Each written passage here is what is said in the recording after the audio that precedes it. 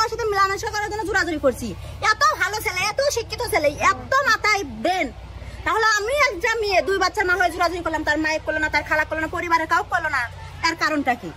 আচ্ছা, এখন যে উনি আপনাকে বিয়ে করতে চাচ্ছেন না, এখন আপনি কি করতে চাচ্ছেন? এখন আমি আইনের পথে যাইতে চাচ্ছি, কারণ বিয়ে হোক বা না হোক, কারণ আমার পেটে যে বাচ্চাটা আছে তার জন্য হলেও আমি সেটা কাজে, মানে আজ সে যারও হোক, হওয়ার পরে ডিএনএ টেস্টের পরে যদি আমি তার বাপ খুঁজে দিতে পারি, তাতে কি? আপনি কি বলতেছেন আপনার পেটে মেরাজুলের বাচ্চা? হ্যাঁ, অবশ্যই। এটা কি সত্য? হ্যাঁ। কতদিন বয়স? 4.5 মাস। তার মানে এর আগের থেকে আপনার এই মেরাজুলের সাথে সম্পর্ক? আমাদের ফোনের সম্পর্ক 3 বছর, আর শারীরিক সম্পর্ক আপনার 9 মাস। 9 মাস ধরে মেরাজুলের সাথে আপনার সম্পর্ক শারীরিক। এখন মেরাজুল যে আপনাকে বিয়ে করতে চাচ্ছে না, এটা তাতে আমার কোনো দক্ষ নাই, আমি আলগুস্তে বাড়িতে যাচ্ছি, আর পরে কি হবে সেটা আমি আপনাদের কথা দিতে পারবো না।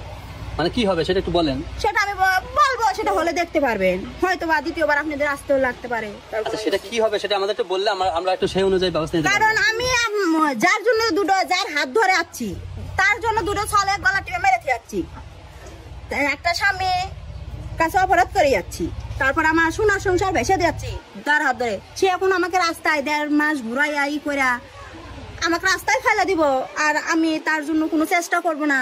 ও আমাকে বিভিন্ন ধরনের লোক প্রলোভন দেখায়, যেমন আজকে 50 টাকা, কালকে 20 টাকা, এভাবে টাকা বসে দিয়ে ওর সাথে আমার শারীরিক সম্পর্ক করতে বলে আমি না করি। তুমি কি তাকে বিয়ে করতে রাজি হয়েছিলে? না ভাই, ও আমাকে জোর করে। মানে এখন তোমার মতামত কি? দেখুন ভাই, আমি তো বিয়ে করবো না। ও বিভিন্ন জায়গায় থাকে, আমাকে কয় যে আমি হাত ধরে টেনে নিয়ে বাইরে নিয়ে গেছি ওর বাড়ির থানে, ওকে আমি বাইরে নিয়ে যাই ভাই, ও একলাই গেছে। আচ্ছা, তাহলে এই যে আমরা শুনতেছি যে তোমার সাথে ফোনে কথা বলতে বা ওর বাড়িতে যাইতা, ওকে নিয়ে ও তোমার ঘরে এসে থাকতো, বা ওকে তুমি 1 মাস হলো নিয়ে গেছিলে, নিয়ে যায় 1 মাস হলো নিয়ে গেছিলাম, এর প্রমাণ যদি দেখাতে পারে ভাই, আপনি যে সাথে দেন আমি সেই সাথে মেনে নেব। এটা ব্যবসা। এই ভিডিও, এই যে বর্ণনা হয়ে গেল, এরও বিয়েও ছিল আপনার ওই গোদার বাগ করে কয়, সৈন্য গোদার বাগ।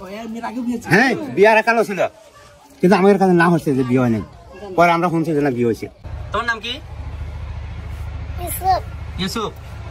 সুন্দর নাম। তোমার নাম? ইয়াসিন। 2টা নামই তো হাদিস কোরআন অনুসারে নাম রাখছে, সুন্দর নাম।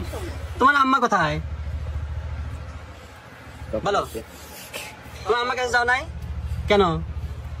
যাবে না? তোমার আম্মার কাছে যাবে না কেন? যাবে না? তোমার আম্মাকে গিয়ে নিয়ে আসো।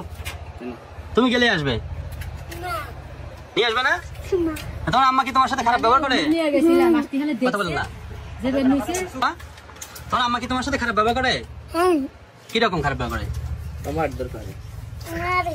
তোমাকে মারে? আদর করে না? সত্যি? কে বেশি আদর করে? তোমার আব্বু বেশি আদর করে? আর তোমার দাদি আদর করে না? বেটা আমার বেটার মতন, এটা আমার বেটা। ওরে শোনা, এই কয় এটা নিয়ে কিছু আর এখন বেটার হাতি বিয়ে বসে বেটার হাতি থাকি, এই তো আছে।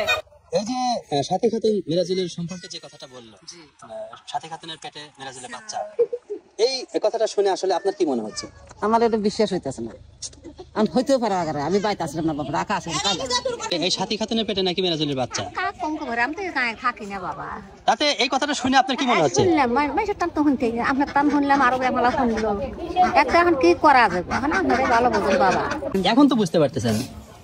এখন বুঝেও লাভ নাই। তো কি এমন হয়েছে যে আর এইটা মানে সমাধান করা সম্ভব না? কি এমন বাদ আছে যে এটা সমাধান করতেছে? আপনি তো এখনো আপনার স্বামীকে ডিভোর্স করেন নাই? হ্যাঁ, করি নাই। তো ডিভোর্স না করার অবস্থায় একজন মানুষ একটা ভুল করতেই পারে। তো আগে আপনি যদি আবার তওবা করে যদি স্বামীর কাছে ফেরত আসেন, তাহলে সে যদি মানে নেয়, আপনার সমস্যা কোথায়? সে মানলেও আমার সমস্যা আছে, কারণ আমি যার সংসার ছেড়ে অন্য ছেলের সাথে আইছি, তার সাথে চলাফেরা করছি, খাওয়া দাওয়া করছি, তাহলে আমি আবার ফের তার মামার সংসারে গিয়ে মানে চলে আইসে করছি, সেটা তো ভুল হয়েছি, অন্যায়ও হয়েছি, যেটাই হোক হয়েছি। আবার ফের আমি ওখানে যাব, ভবিষ্যতে না জানি আবার আবেগের বসে 2 জন আবারও ভুল করতে পারি না এমন না, কিন্তু এটাই যে প্রথম ঘটনা তা তো না। আপনি বুঝতেছেন যে আমি ভুল করতেছি, তারপর আপনি সেই ভুল আবার নতুন করে আবারও করবেন? 2 ভাই ভুল কে হয়েছে, আমার একটা ভুল হয়নি। এখন যে আপনি বিবাহ বহির্ভূত ভাবে যে আপনি এখানে আছেন, এটা তো সম্পূর্ণ বেআইনি। আপনার বিরুদ্ধে যদি উনি স্টেপ নিতে যায় তাহলে তো আপনি মামলা খেয়ে জেলে বসবেন। হ্যাঁ, সেটা তো হতেই পারে, নিতেই পারে। সেটা কি ভালো হবে? হবে না হয়তো, কিন্তু তারপরেও আমি ওই সংসারে ফেরত যাইতে চাই না। এক্ষেত্রে মেরাজুলের বক্তব্য কি? সেটা ওনাদের পারিবারিক জীবন। না, আপনার সাথে তো সে কথা বলছে, সে কি আপনি বিয়ে করতে রাজি আছে? সে রাজি আছে বলে তো আমাকে নিয়ে গেছে, রাজি না থাকলে কি আর আমাকে নিয়ে গেছে? আপনাকে নিয়ে কোথায় ছিল? প্রথমত বগুড়া ছিলাম, তারপরে শেরপুর ছিলাম, তারপরে বসে বাড়িছিলাম, তারপর নানার বাড়িতে নিয়েছি। তা আপনি একটা স্বামীকে ডিভোর্স না করে, ইদ্যত পালন না করে তো আপনি চাইলে অন্য একজনের সাথে বিয়ে বসতে পারবেন না? সেটা করতে হবে। তো এই যে আপনি বেআইনি ভাবে যে একটা ছেলের সাথে এইভাবে অবৈধভাবে থাকতেছেন, এটা কি ঠিক হচ্ছে? আলাদাই তো আছে এখন। আছেন, কিন্তু আপনার স্বামী যদি এখন আপনার বিরুদ্ধে অভিযোগ করে বসে? করলে পরে কিছু নেই, করতে পারে।